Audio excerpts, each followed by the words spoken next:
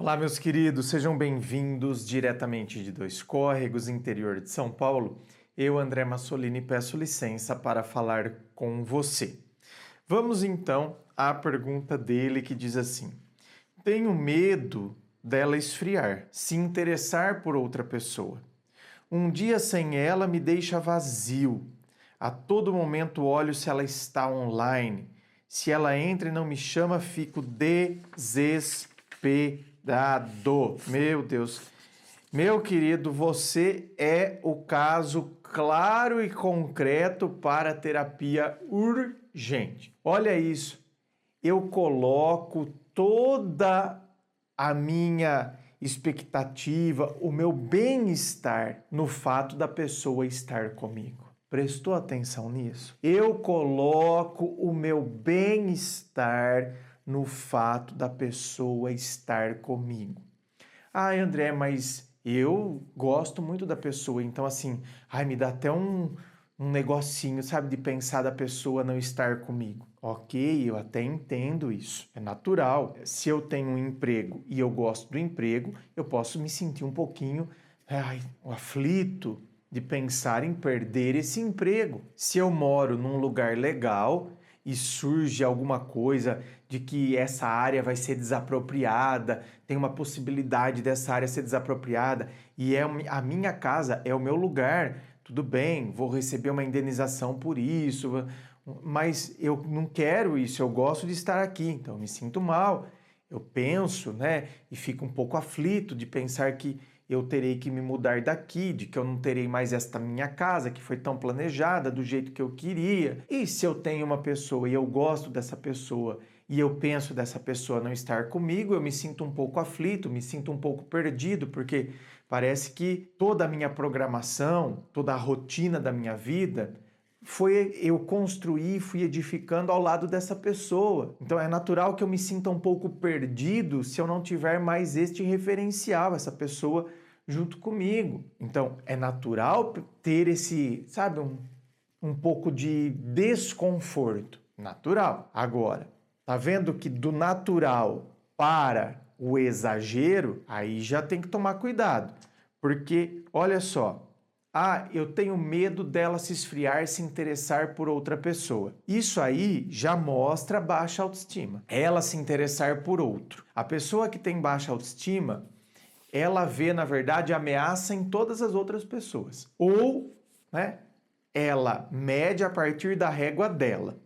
Então, por exemplo, se você, meu querido, tem baixa autoestima, mas você tem um critério de beleza dentro de você. Você considera mulheres bonitas a partir dessa régua que você tem, que são os critérios estabelecidos por você. Você considera o que é uma mulher bonita. Assim como você tem uma régua do que você considera o que é um homem bonito. Então, o que acontece?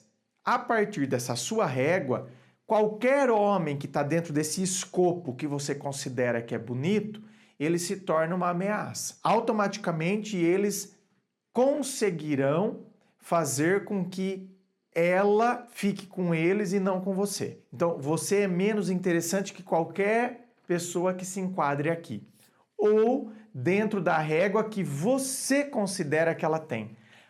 Eu já notei, porque tem gente que a paranoia voa. Eu notei que o perfil de caras que ela segue no Instagram são fortões, são saradões. Então, tudo que é cara sarado, você faz bico, você faz escândalo. Se tem um cara sarado no restaurante, você acaba enfiando na cabeça que ela tá olhando para ele, acaba até brigando. Então, é um transtorno.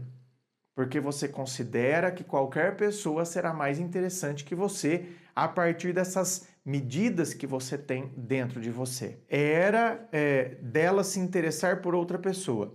Um dia sem ela me deixa vazio. Olha que pesada que é essa informação aqui, gente. Um dia sem ela me deixa vazio. Então, repito.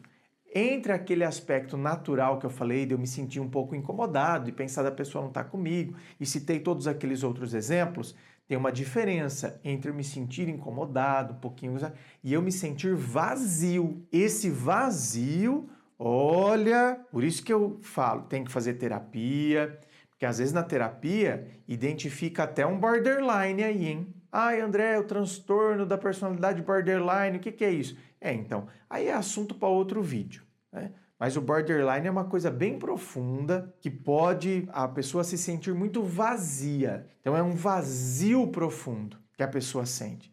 Parece que nada irá preenchê-la. E por isso que depois, quando o borderline entra num relacionamento amoroso, as coisas ficam muito intensas, fica tudo muito, sabe?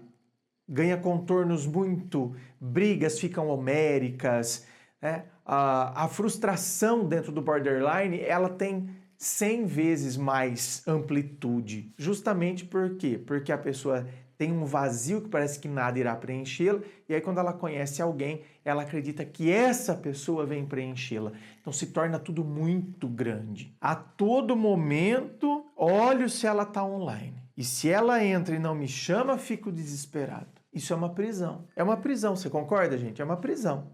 A todo momento eu tenho que estar lá olhando se a pessoa está online. Então, quer dizer, eu me desligo da minha vida.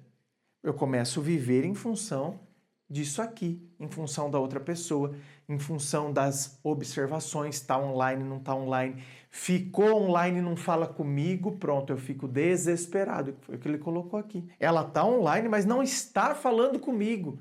E sabe por quê? Porque para uma pessoa viver de maneira saudável, e vamos chamar entre aspas normal, a pessoa tem que estar conectada no universo dela. Então, ela ficou online porque a vida dela está acontecendo. Tem um grupo de família falando ali, a amiga mandou o print de uma conversa, de uma discussão que ela teve com o namorado, a colega de faculdade perguntou, né, sobre aquele trabalho que elas têm que fazer. Então, assim, a chefe dela mandou recado se ela não pode fazer hora extra amanhã. Então, assim, ela está online, mas não está falando comigo. Por quê? Porque a vida dela está acontecendo. Porque a vida dela não gira ao redor da sua, assim como a sua não deveria girar ao redor da dela, entendeu? Agora, quando as coisas estão desequilibradas dentro de mim, então tá vendo? Eu vivo ao redor da outra pessoa. Eu vivo em função disso. E eu quero que a pessoa tenha essa mesma, sabe, esse mesmo desequilíbrio que eu tenho em relação a ela, eu quero que ela tenha em relação a mim. Até pode acontecer que um desequilibrado esteja se relacionando com outro desequilibrado. Então os dois... Só que aí eles vão desenvolver uma relação de codependência, o que também não pode ser legal, pode não ser, né? Por isso que o ideal seria eu fazer terapia, eu entender esse meu vazio, eu trabalhar essas questões para que eu tenha uma vida equilibrada. Isso vai fazer bem para mim, vai fazer bem para o relacionamento, porque quando eu estou nesse desequilíbrio todo e vivo em função da outra pessoa, eu vou começar até a ser possessivo e controlador. Então não vai ser bom para o relacionamento também. Não é bom para mim, não vai ser bom para outra pessoa, não vai ser bom para o relacionamento. Quer vir aqui para o atendimento online, onde a gente vai bater papo, eu vou mergulhar aí na sua história para de fato entender o que está acontecendo e assim te ajudar? É só você acessar o meu site www.andremassolini.com.br. É o meu nome transformado em site. Lá você vai ver todas as opções de atendimento, os valores, tudo certinho. Inscreva-se, fico aqui aguardando a sua inscrição. Se você curtiu, dá o seu joinha, compartilha aí com seus amigos. Muito obrigado, beijo no coração e, é claro, um forte abraço.